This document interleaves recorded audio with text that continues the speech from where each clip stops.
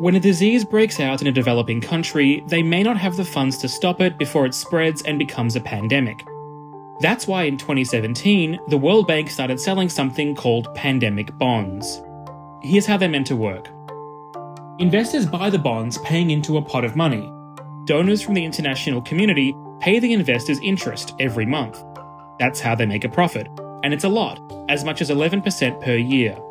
After 3 years, if there hasn't been a big outbreak, they get their original investment back. But if there is an outbreak, that money goes to developing countries that need help containing it. So it's basically a gamble. Investors buy in, betting that a pandemic won't happen. Now it has. COVID-19 has infected more than 1 million people globally. Nearly every country in the world has cases, but none of them has seen a dime from the pandemic bonds. That's because the bonds were designed to entice investors. They have a ton of rules that lower the risk of a payout, specifically 386 pages of fine print. Before the bonds can be paid out, 12 weeks have to have passed since the beginning of an outbreak.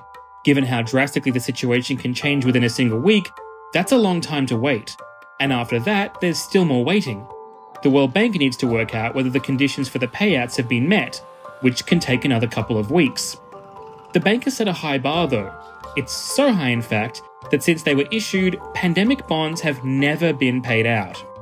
Even the 2018 Ebola outbreak in the Democratic Republic of Congo, the second worst outbreak of the disease in history, wasn't enough to trigger them. In the case of COVID-19, if the bonds are eventually distributed, the nations waiting for the much-needed assistance will find their crises may have gotten exponentially worse.